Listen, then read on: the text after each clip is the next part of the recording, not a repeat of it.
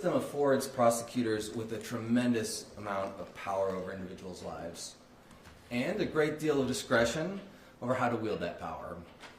With this unit, it presents an opportunity to direct that power toward remedying injustices in ways that simply aren't feasible from outside the government.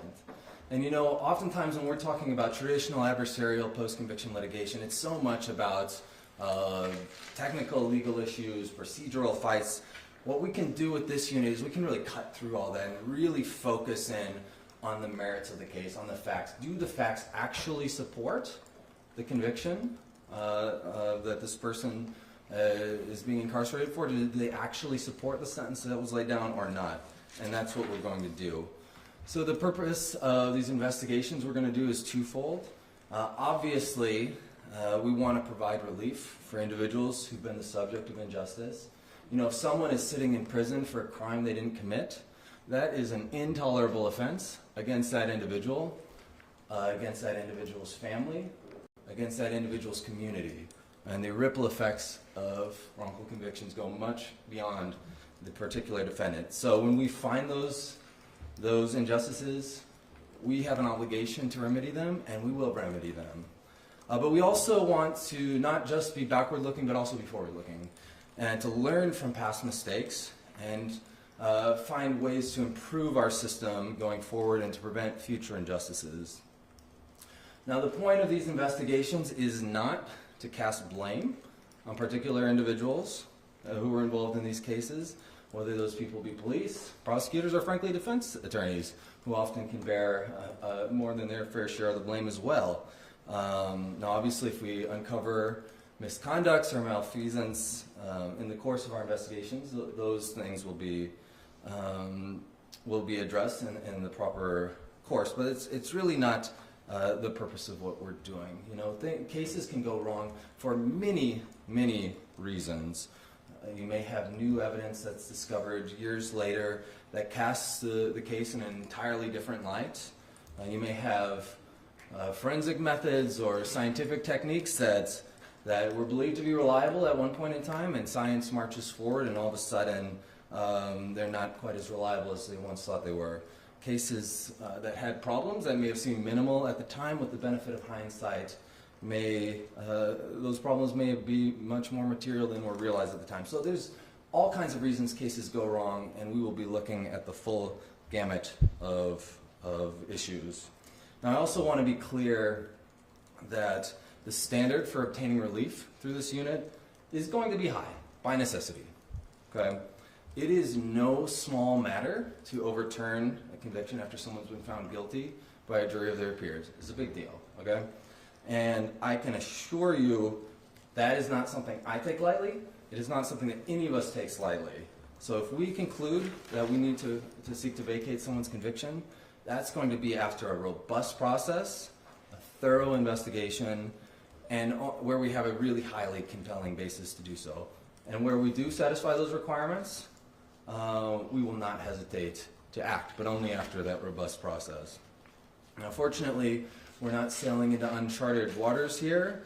We benefit from the experiences of many other units similar to this around the country who've been doing this kind of work in recent years, and that includes the Conviction Review Unit of our own Attorney General's office, which is doing really essential work in counties all around the state, and which I'm confident is going to continue to do that important work, especially now that we're setting up this unit in our biggest county with the most convictions. That allows more bandwidth for that unit to focus on other parts of the state. Now, as we're getting started, we're going to be looking at all these existing units. We were already doing that, trying to develop best practices and put together a really first-rate conviction integrity unit that can be a point of pride for residents of Hennepin County. So I'm really delighted to be here. I'm excited to get started with this important work and working to promote justice here in Hennepin County. So with that, I'll introduce my colleague, Claire Deagle.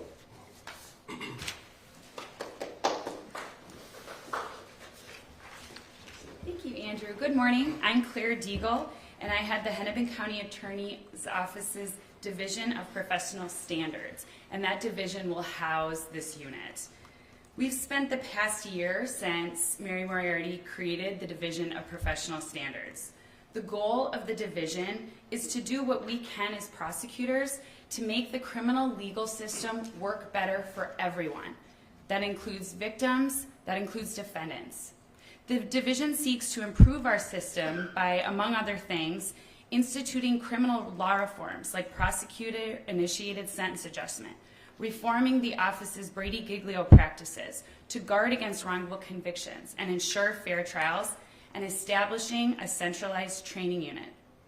The Conviction Integrity Unit is an important addition to the division's work. There are not many attorneys in Minnesota who have the specific experience Andrew does of running a team to investigate claims of wrongful convictions and then seek relief in court. For that reason, we are so fortunate to have him leading the CIU. Our goal is to get this unit up and running and accept applications for case review as soon as possible. We will be hiring a second attorney, an investigator, and a paralegal to form the unit. As soon as we are ready to review cases, we will post applications on our website, hennepinattorney.org. And with that, I'm happy to introduce Marvin Haynes. Hi, you guys. My name is Marvin Haynes. I was in this room for a press conference like a little under 7 months ago on December 11, 2023. That was just a couple hours after I had been exonerated and released from prison after spending almost 20 years in prison for a crime I did not commit. I was in this room because the Hennepin County Attorney office did big things that allowed me to finally get justice. First, because my case was so old at that point, the statute of limitations and other procedure rules that made it really hard for me to get back into court. This office realized it would be unfair to keep me out of court for reasons that have nothing to do with my innocence. So they waived the issue. Second, I had a chance to present my evidence in court. This office realized that the evidence showed I was innocent. Mary Minority agreed that I should be exonerated, and I remember I got the news from my lawyer on my birthday last year. I had a few days later, I was walking out of prison. It was so much incredible feeling. I feel the same way being here. Even though the conviction integrity unit wasn't around yet, my case already showed that the whole thing this showed what it was all about. It's a chance for the prosecutor office to take another look at cases like mine, where the system get wrong, and to make things right. Because my case is not unique, there are more Marvin Hayneses out there. It's kind of crazy looking back, but when I went to prison at 17, I didn't know anything about wrongful convictions. As far as my concern, I might as well have been the first person wrongly convicted. But the more I spent in prison, the more I realized how bad our system go wrong and that other people had experienced the same injustice. Now that I'm out, I want to do what I can for those who fighting for justice. That's why I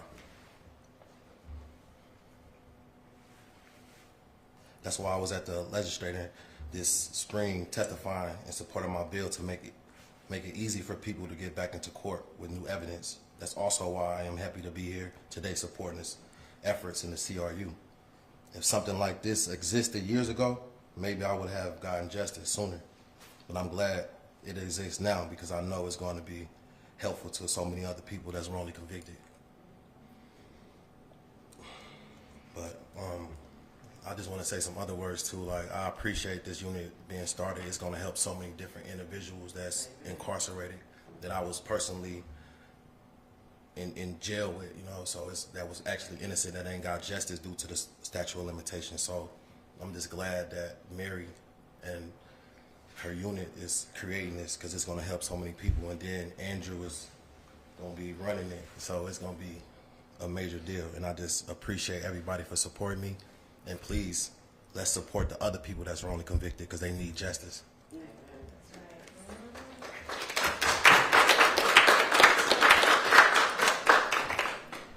I wanted to say that the bill Marvin testified about did pass, and Marvin is amazing. And Marvin is an integral part of our community.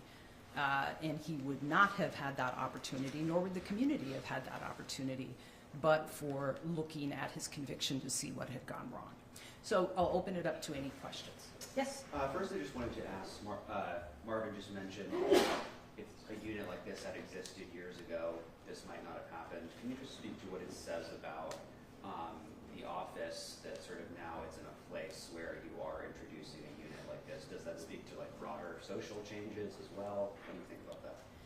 I think it speaks to the recognition that we make mistakes.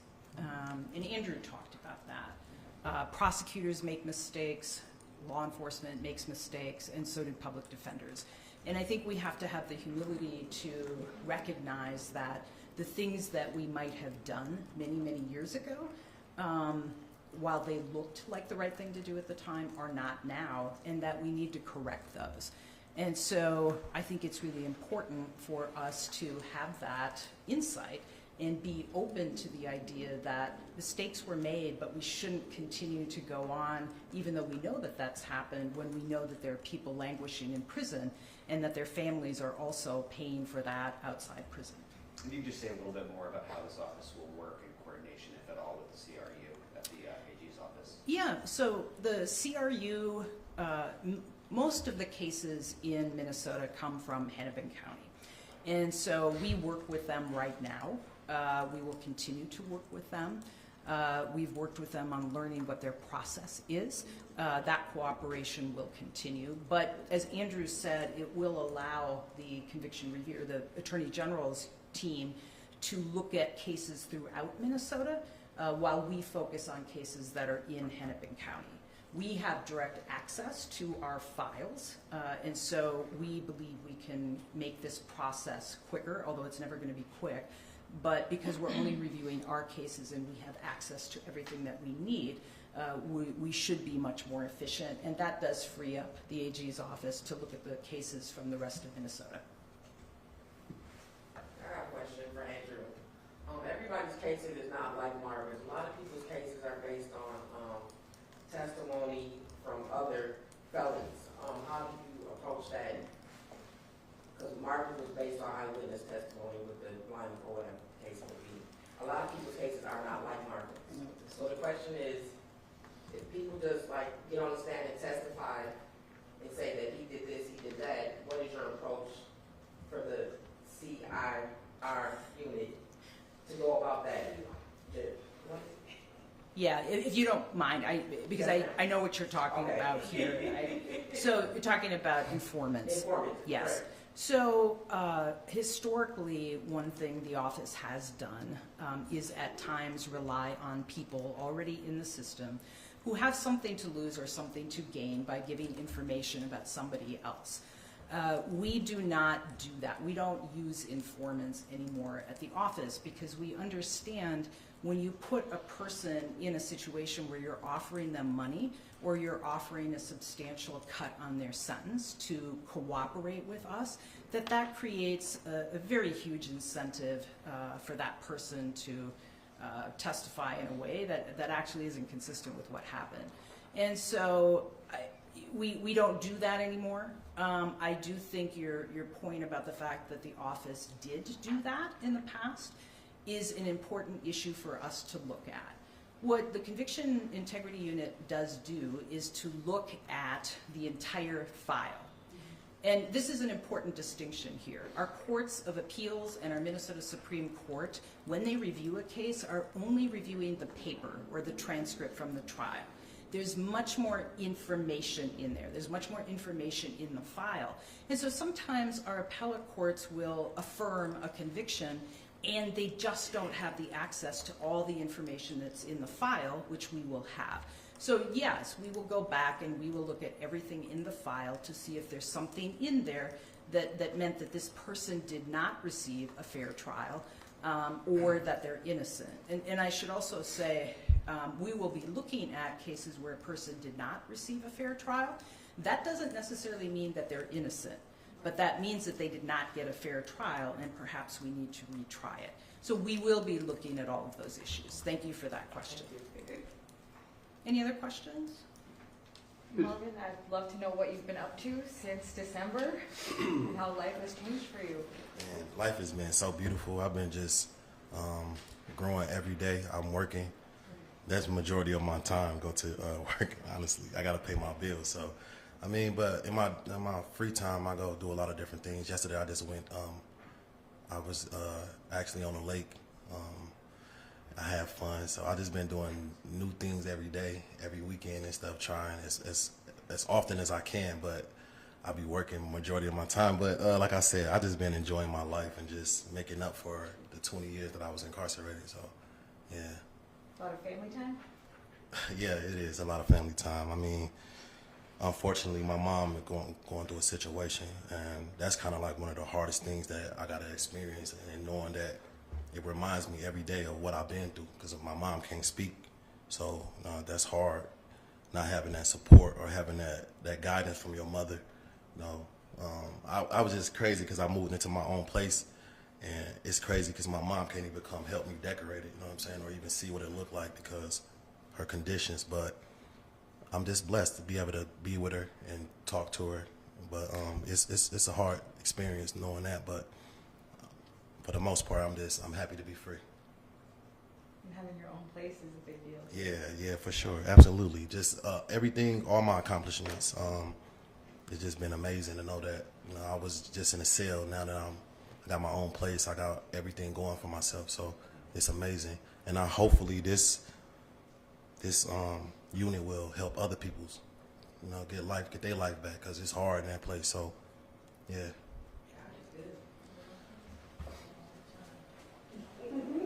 I did want to follow up on what Marvin said. What we intend to do also is learn from our mistakes of the past.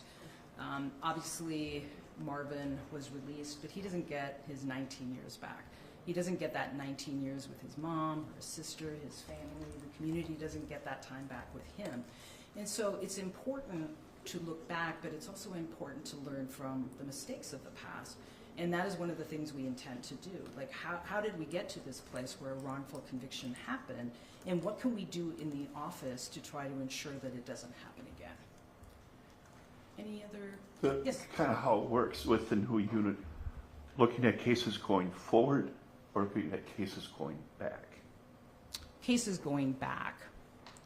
Is that so? In the past, whatever, 2, Yes. 3, 5 years.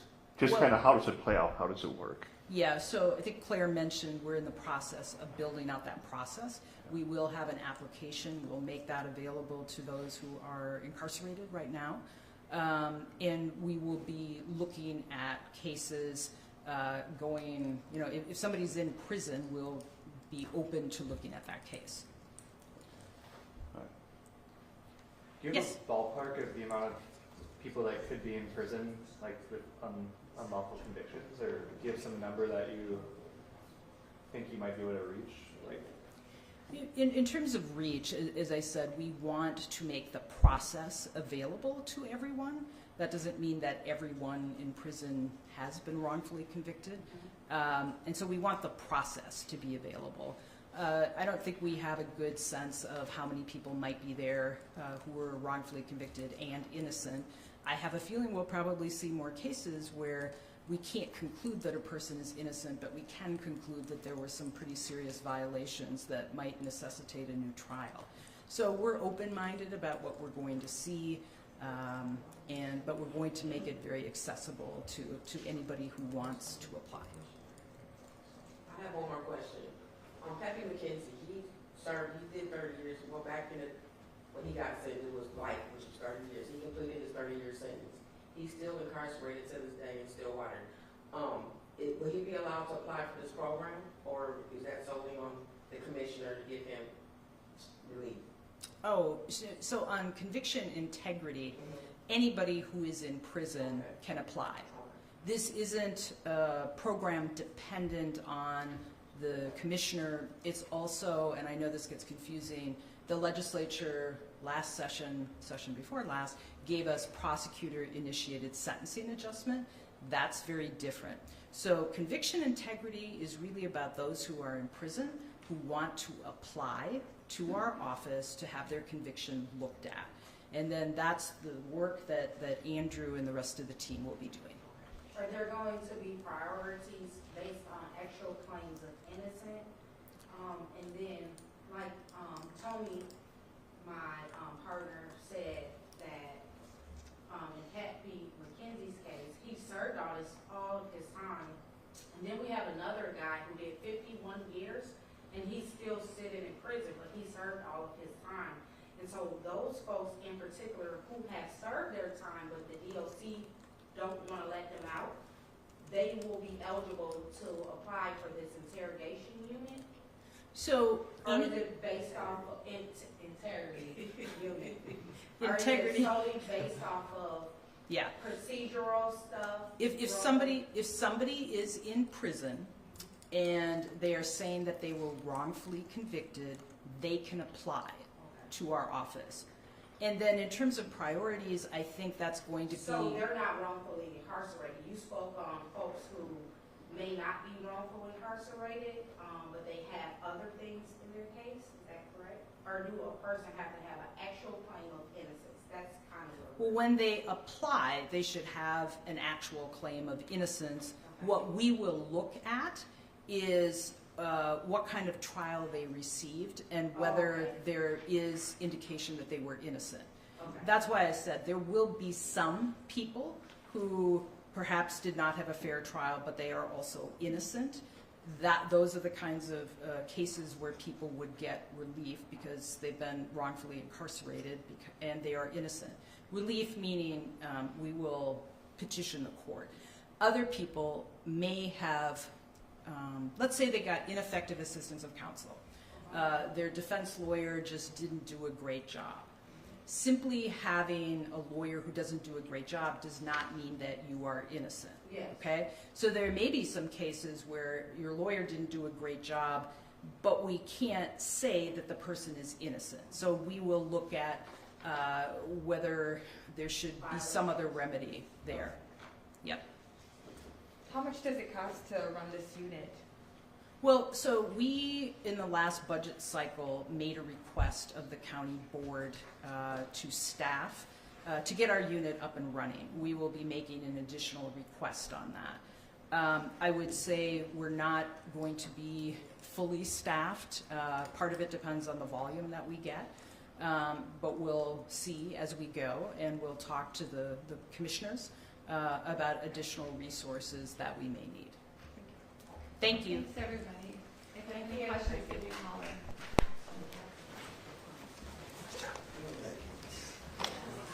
Yes.